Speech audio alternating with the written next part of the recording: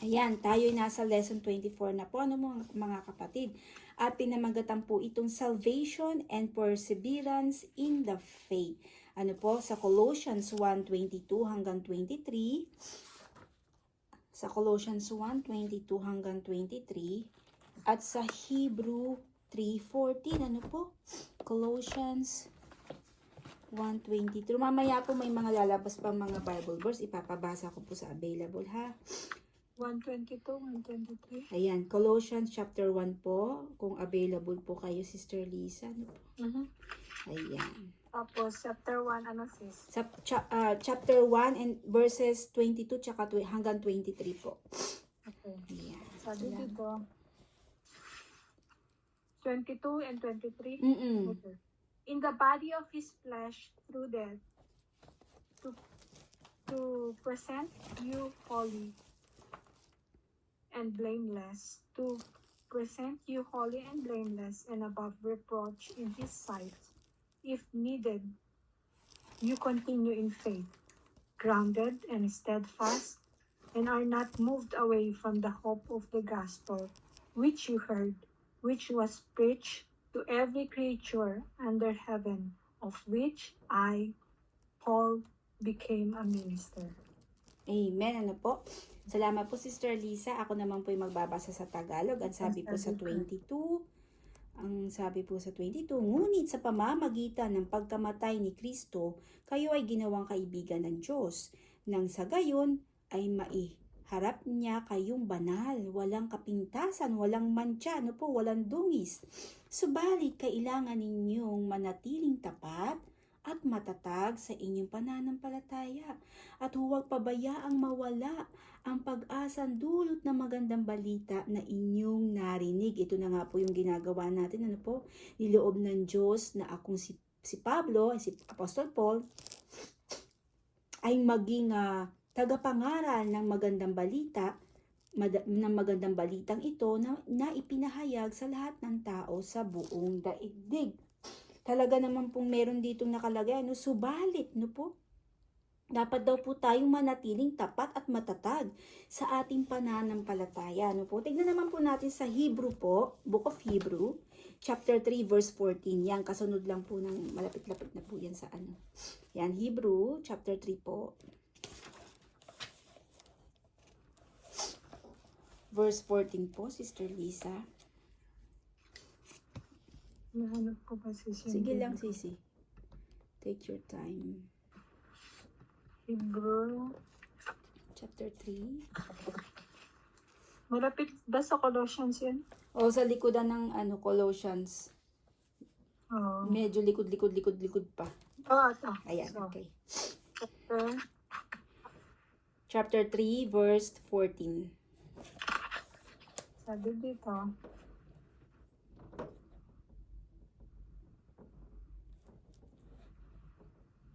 Ayan. for we have become partakers of Christ if we hold the beginning of our confidence steadfast to the end.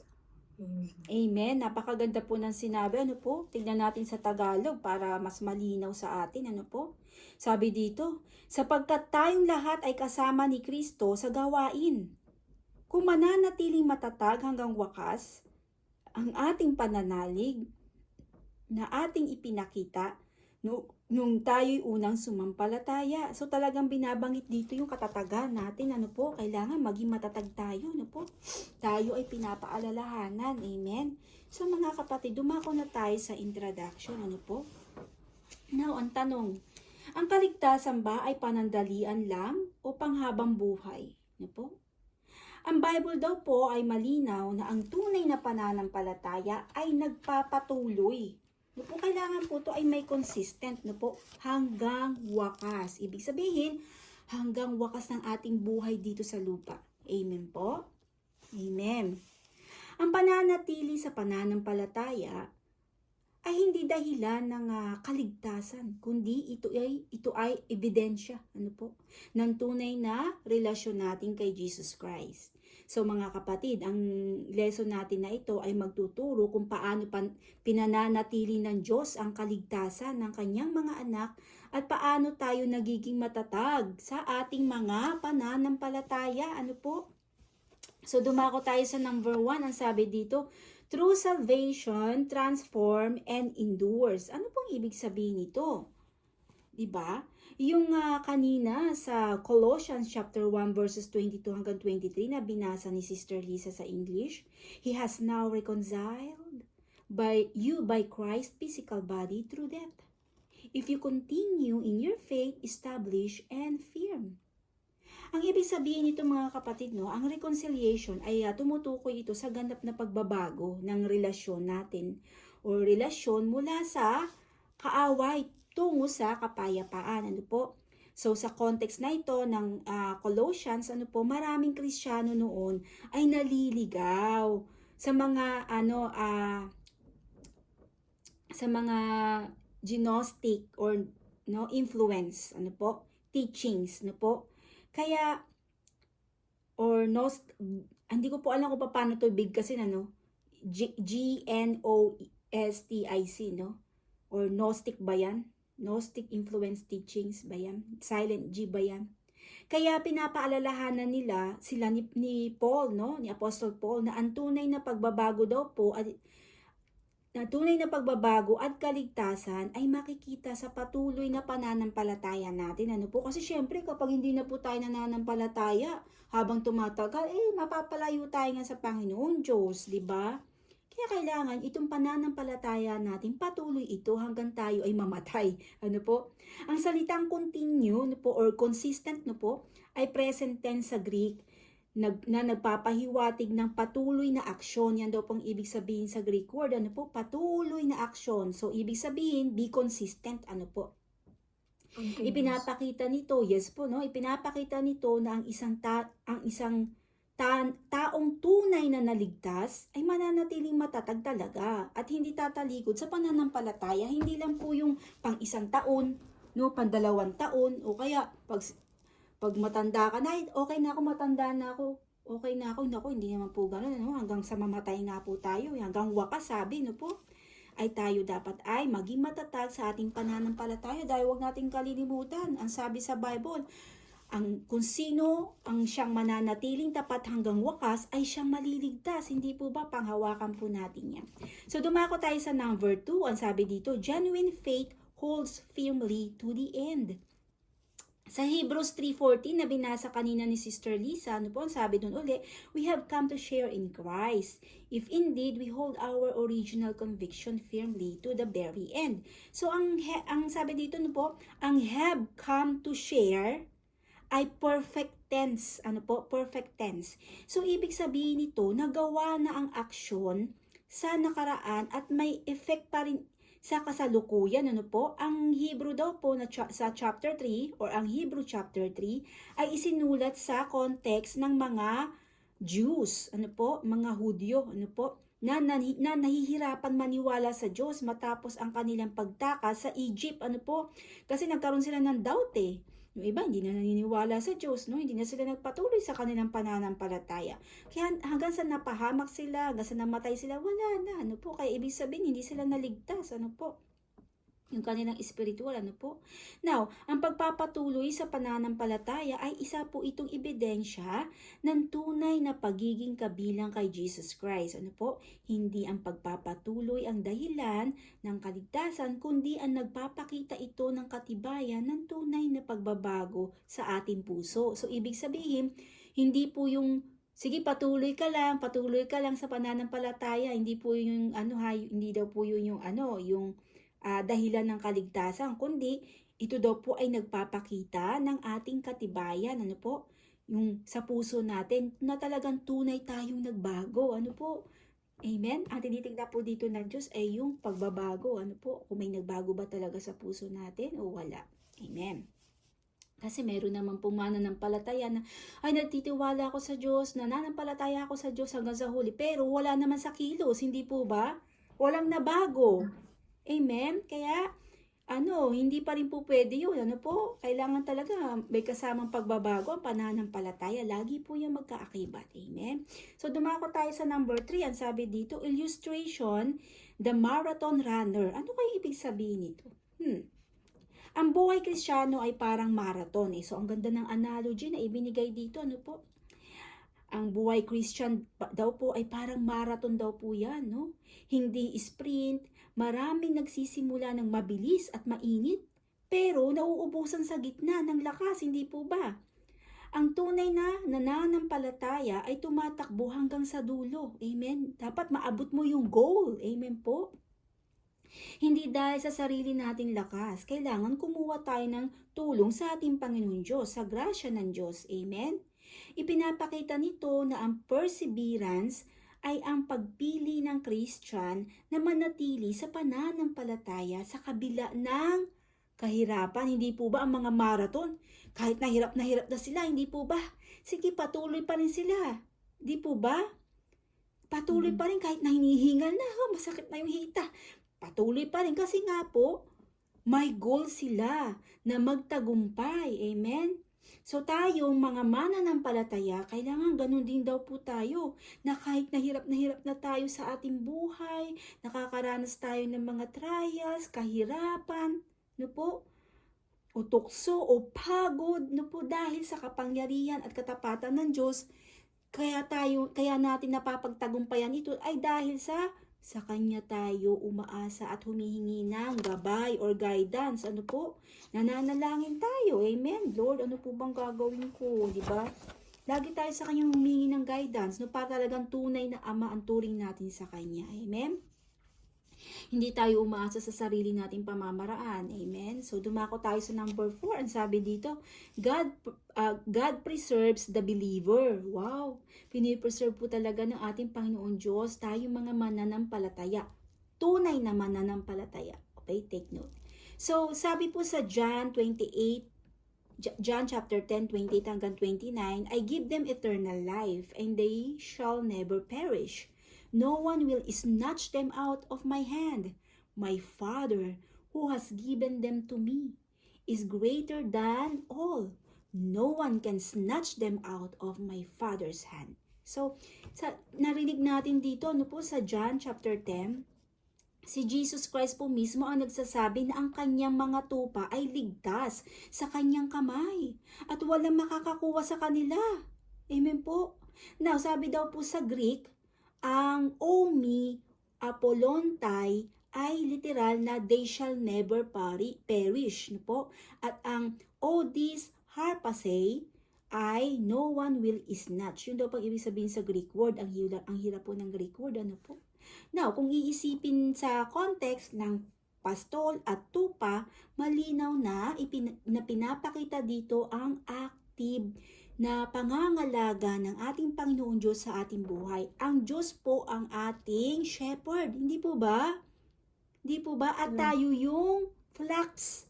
Tayo po yung kanyang mga tupa niya tayo, mga flocks niya tayo. Siya ang ating shepherd. He is our good shepherd. Amen? Now, ang mga kapatid, ang mahalagang point dito ay malinaw. Ang ating pagtsatsaga at pananampalataya ay hindi po ito nakasalalay sa ating mga sariling lakas. Amen? Dahil nauubusan tayo ng lakas, napapagod tayo, nababurn out tayo, Ang Diyos ang patuloy na nag-aalaga at nagbabantay sa ating mga kapatid. Ang kaligtasan at lakas natin sa pananampalataya ay ito daw po ay resulta ng kanyang walang hanggang kapangyarihan at katapatan at pagmamahal sa atin. Ang ating pagpapatuloy sa pananampalataya ay natural na tugon sa kanyang pagmamahal at pangangalaga sa ating buhay. Yan po ang ating response sa ating Diyos. Hindi po ba? Yung patuloy na nananampalataya at nagtitiwala tayo sa Kanya, yan ang ating response natin. Kapalit ng Kanyang pagmamahal, pag-aalaga sa atin, yung Kanyang katapatan sa Kanyang mga pangako, at yung, yung binigay niya sa ating walang hanggang joy, ano po, pag tayo'y nakarating na doon sa langit. Amen? So, dumako tayo sa number 5. Ano po ang sabi dito? Perseverance is evidence of genuine faith. Ano po? Sabi po sa 1 John 2:19 in English, ano po sabi dito? They went out from us, but they did not really belong to us. For if they had belonged to us, they would have remained with us. But their going showed that none of them belong to us. Basahin natin sa Tagalog, no? Para mas maganda. 1 John 2:19, ano po? Kasi maganda itong basahin sa Tagalog para mas lalo nating yung malalim na maintindihan, ano po? Ayan, ano po ang sabi sa 1 John chapter 2 verse 19, ang sabi dito. Ito na mga kapatid, sabi dito ha. Kahit na sila'y mga dati nating kasamahan, ang mga taong iyon ay hindi natin tunay na kasama. Ito po ay patungkol sa mga anti-Kristo or anti-Christ. Ano po? Ulitin ko po Ito po ay patungkol sa anti-Christ. Ano po? Ang anti-Christ nakalagay. Pamagat. Ang sabi dito, kahit na sila'y mga dati nating kasamahan, ang mga taong iyon ay hindi natin tunay na kasama. Sapagkat kung sila'y tunay na atin, nananatili sana silang kasama natin. Ngunit umalis sila, kaya't maliwanag na silang lahat ay hindi tunay na atin. Ano po? Yan ang sinabi sa 1 John 2:19. They are not belong to us anymore. Kasi sila po yung ayaw maniwala sa ating Panginoong Hesukristo. They are anti-Christ. Ano po? Nagdesisyon na sila. Yun ang ibig sabihin. No po? So, ang sinasabi ng apostol na ang lumisan ay hindi tunay na kabilang kay Jesus Christ. Ang Greek word para sa went out from us ay exeltan. Yun daw po sa Greek word ang tawag, exeltan. Na nagpapakita ng permanenteng paglayo o pagkawala mula sa community ng mga mananampalataya. Ano po, talagang umalis na sila lumisan na sila, ano po, nagdesisyon na, lumayo na, ano po, humiwalay, ano po. Ipinapakita nito na ang pagpapatuloy sa pananampalataya ay isang ebidensya ng tunay na pagbabago ng puso at hindi lamang panlabas na nagpapakita ng pananampalataya. Humiwalay sila sa ating mga mananampalatayang tunay. Kaya wala na po tayong magagawa kapag sila ay nagdesisyon na ng ganun. Kundi manalangin. Ano po? Manalangin na lang. Wala na tayong magagawa. Nagdesisyon na sila. They are anti-Christ. So, hindi sila sa atin. Ano po? Pero, ipanalangin pa rin natin sila. Ano po? Sa historical context po, sabi maraming laban ang mga unang Christians sa peking mga false teachers, false teachings at heresies, po. Kaya ang pagpapatuloy at pagtitiyaga sa pananampalataya at pagbabasa ng Bible po ay mahalaga po ito bilang proof ng genuine faith. Kailangan magbasa daw po tayo ng Bible. Matuto tayo mag-aral din sa sarili nating kakayanan. Humingi tayo ng pangunawa sa Holy Spirit. Kasi si Holy Spirit ang magpapaunawa sa atin yan. Ano po? Kapag tayo ay nagbabasa ng sarili nam. Ang tunay na nananampalataya ay nananatili sa kabila ng tukso, po. Maling turo. Alam mo kung bakit? Sa maling turo nabanggit dito. Kasi nagbabasa ka ng Bible, Sister Lisa, Sister Susan, kaya hindi ka maliligaw.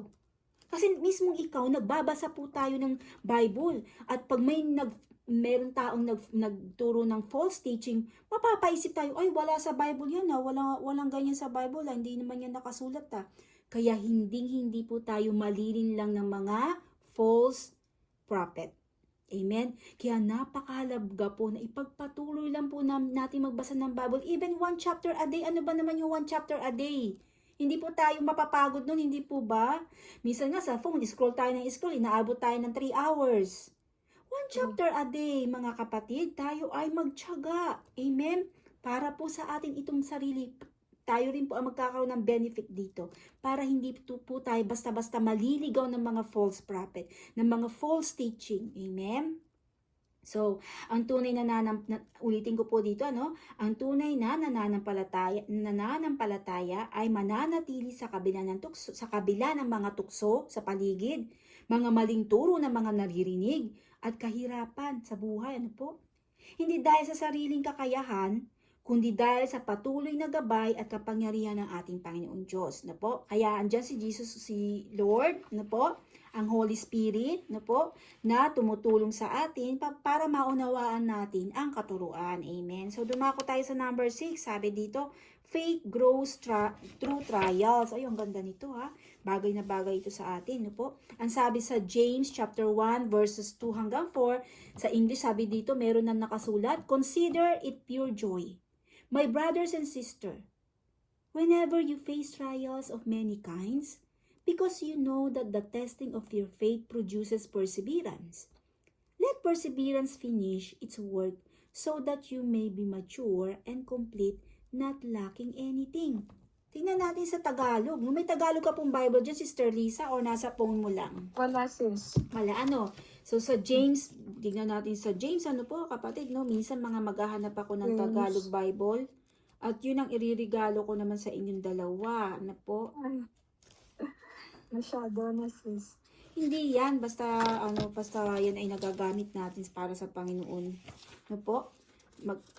James chapter 1 verse 2 to 4, Sorry po, Ito, sabi dito, Pananampalataya at karunungan. Mga kapatid, magala kayo kapag kayo dumaranas ng iba't ibang uri ng pagsubok. Para sa atin ito, Sister Susan.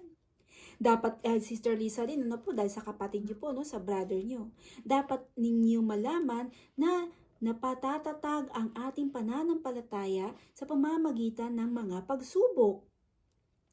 At dapat kayong magpakatatag hanggang wakas upang kayo maging ganap at walang pagkukulang. Amen po, Ganda po, So, ang Greek word daw po para sa testing, kasi test po ito, test sa atin, ay dokimion. Yan daw po sa Greek word ang tawag. Ang hirap talaga ng Greek word, big kasi, dokimion. Ito daw po ay nangangahulugan ng pagsubok upang patunayan ang kalidad natin, Sa unang mga panahon, maraming mga Christians daw po ang nakakaranas ng persecution. Hanggang ngayon din po, Hanggang ngayon din po nakakaranas ng persecution ang mga Kristiyano, katulad ni Charlie Kirk, at panlabas na hamon sa kanilang pananampalataya.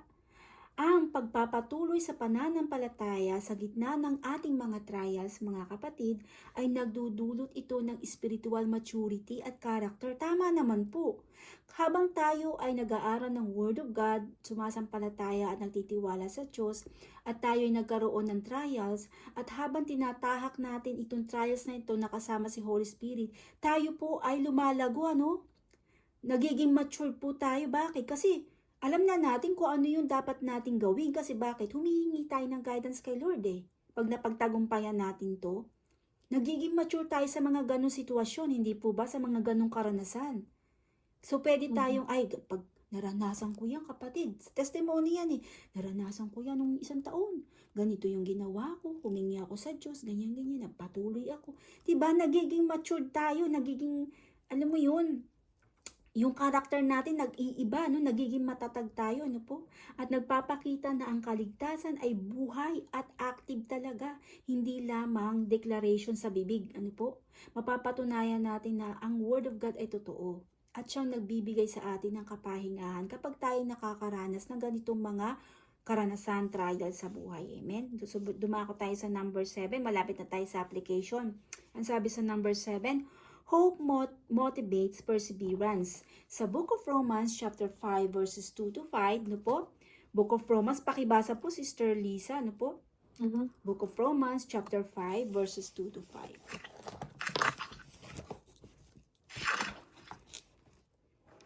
Sabi dito,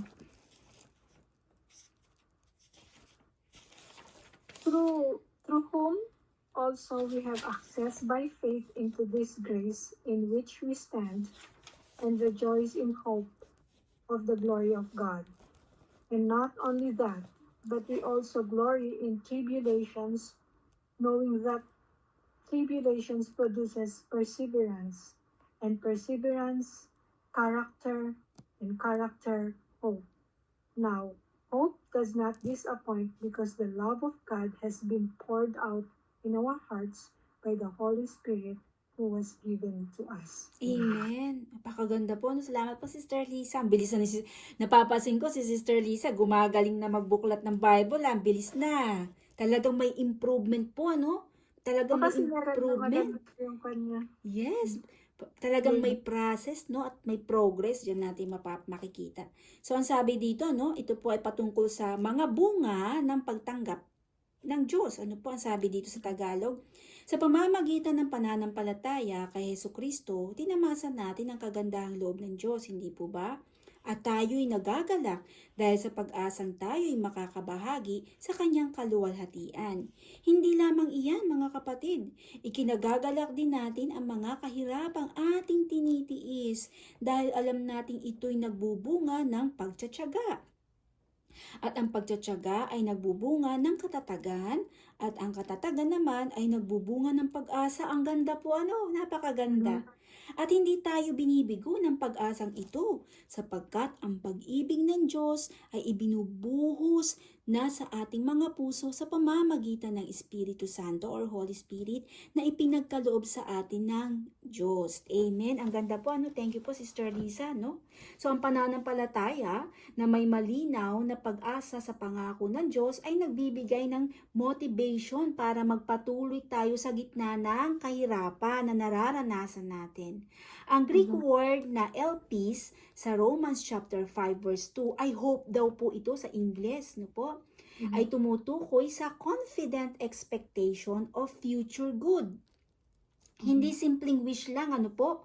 Sa historical context ng Roma o Romans, no po, puno ng pang-aalipin at persecution. Kaya ang pag-asa sa eternal life at Christ-likeness ang nagpapatibay sa ating mga mananampalataya.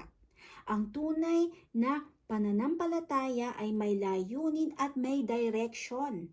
At ito ang nagpapatagal sa atin sa faith journey. Ano po? Yung layunin, no po? Kasi may mga purpose tayo eh. Ikaw, Sister Susan, may purpose ka. Diba? Ano po yung purpose mo? Siyempre, mag-share ng God's word sa asawa mo, sa mga kamag-anak mo, sa mga future na magiging katrabaho mo. I-claim na natin yan, diba? Sister Lisa, ganun din, may purpose ka. Ikaw ang gagamitin ng Panginoon Diyos na i-share ang word of God sa mga anak mo, sa asawa mo, at sa mga kaibigan mo pa, katulad ni Sister Susan na sinisharean mo. Nagbunga, Sister Lisa. Praise God sa buhay ninyong dalawa. So, dumako tayo sa application, ano? Sabi dito, what are we going to do? What should we do? Number 1, check your foundation. Ano po? Siguraduhin na kay Kristo ka talaga, nakaangkla, no po? Hindi sa emotion natin, sa tradition, o panlabas na ritual, ano po, hindi po doon, no? Surihin ang ating puso at tanungin ang sarili kung tunay mong tinanggap si Jesus Christ bilang iyong Panginoon at iyong tigapagligtas. Tanungin natin ang ating sarili, tinanggap ba natin talaga? Ang tunay na kaligtasan ay nakabase sa kanyang gawa sa krus, no po? Hindi sa sariling kakayahan o damdamin natin, ano po? Kapag malinaw sa iyo ang foundation ng inyong pananampalataya, mga kapatid, kung sino si Jesus Christ, ano ang kanyang ginawa sa krus, at ano ang kanyang pangako sa inyo, mas madali kang mananatiling matatag sa kabila ng tukso at mga pagsubok dahil ang Diyos mismo ang nagpapanatili ng iyong kaligtasan. Amen? Mahal kayo ng Diyos. Mahal tayo ng Diyos. Jesus Christ loves us. Ano po? Number 2, persevere through trials. No po? Ang pagsubok ay normal lang po yan, mga kapatid. Hindi po ba? Normal lang naman po talaga ang pagsubok.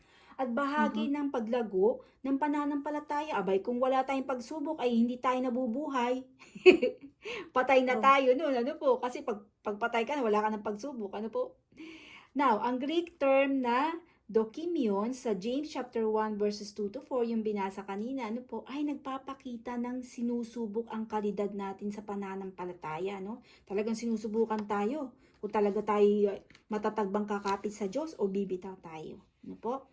Sa bawat hamon, may opportunity tayong lumago sa kabanalan at pati na rin sa ating mga karakter. Ano po, binabago po yan ng Diyos. Ano po, ang pagtitiis sa trials ay nagpapakita ng ating faith ay buhay at hindi lamang declaration natin mula sa bibig na, ay, Kristiyano ako, ay, born again ako, ay, naniniwala ako kay Jesus Christ na siya ang anak ng Diyos at siya ang Savior ko. Hindi po, kailangan ito'y nakakita sa gawa.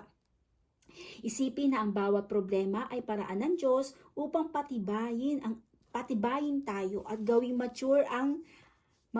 mature tayo sa espiritu. Ano po? Hindi po tayo laging baby. Ano po? Kailangan maging spiritual mature tayo. Ano po? So, dumako tayo sa number 3. Ang sabi dito, stay connected to Christ. Ayan, mahalaga po yan. Ano po?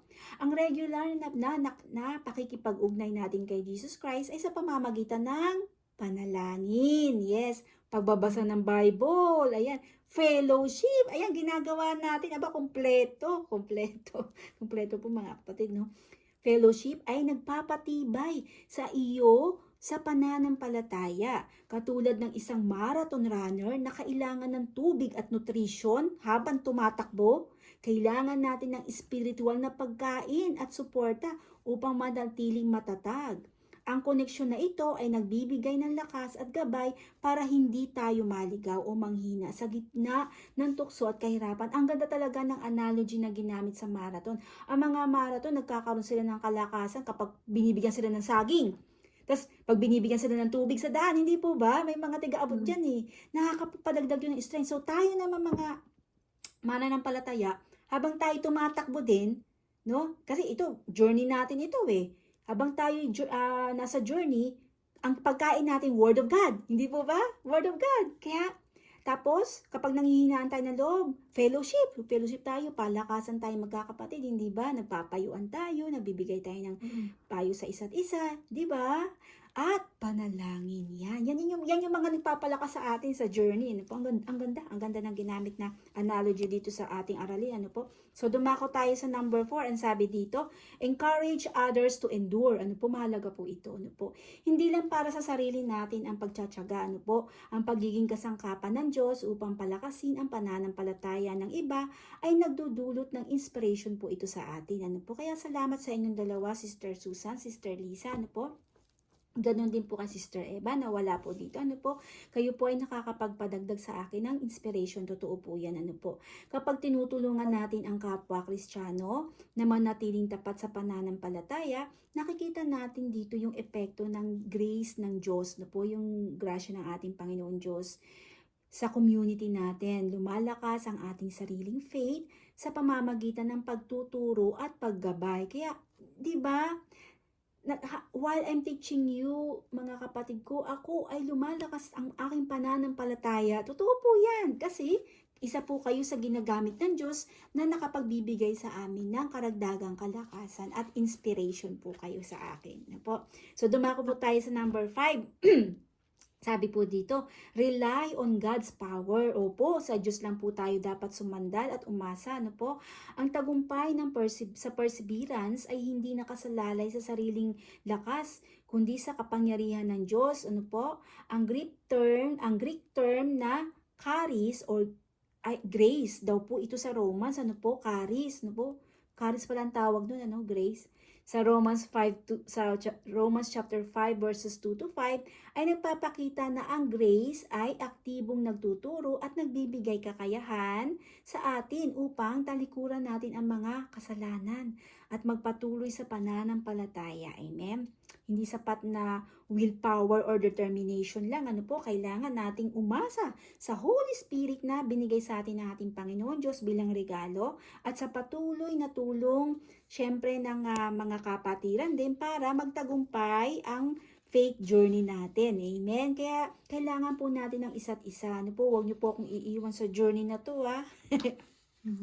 Now, dumako na tayo sa conclusion. Tapos na tayo. So ang conclusion natin dito mga kapatid, ang kaligtasan ay hindi lamang simula, kundi isang paglalakbay na nagpapatuloy hanggang wakas. Ano po? Ang pananatili daw po sa pananampalataya, ito ay isang ebidensya ng tunay na relasyon natin kay Jesus Christ. Kung si Kristo ang nagsimula ng kaligtasan sa atin, siya rin ang magtatapos nito. At yan ay nakasulat po sa Philippians chapter 1 verse 6. Ang tunay na pananampalataya ay nagbabago, nagpapatuloy at nagtatagumpay sa lahat ng pagsubok sa pamamagitan ng kapangyarihan at pangangalaga ng Diyos. Purihin po ang Diyos na higit sa lahat. Maraming salamat po sa pakikinig. Ngayon, Sister Lisa, pwede po kita mahingian ng closing prayer? Thank you po. Sa ngalan ng Ama, ng Anak, ng Espiritu Santo. Amen. Ama naming makapangyarihan sa lahat, bukod na mapagpala at mapagmahal. Maraming salamat po sa araw na ito, sa aral na ibinaghagi sa amin ni Sister Mary. Salamat po sa araw-araw sa tuwing may lesson kami na lalong napapalawak, Bible study, napapalawak ang aming kaalaman at ang aming mas lalong napapalalim ang aming pananampalataya sa inyo sa tuwing nakakabasa at nakaka-learn kami, Panginoon, ng inyong salita. Naway patuloy niyo po kami pubugin, patuloy niyo pong kaming tulungan na intindihin palagi ang inyong salita at nang mas lalo pong lumalim ang aming pananampalataya sa inyo. Amen. At pagkilala sa inyo, Panginoon. Salamat po sa araw-araw na binibigay niyo sa amin at sa aming mga pamilya. Salamat po sa pagkain namin araw-araw, lalong-lalo na sa spiritual na pagkain, inyong salita, Lord, na siyang humuhubog sa amin, nagbibigay sa amin ng lakas araw-araw na harapin ang anumang pagsubok na binibigay niyo po sa amin. Naway wag po kayong magsawa sa aming Panginoon, na patawarin kami sa aming mga pagkakasala at patawarin din po yung mga taong nagkasala sa amin. Panginoon, maraming salamat po kay Sister Mary, kay Sister Susan at kay Sister Eva na aming nakilala dito sa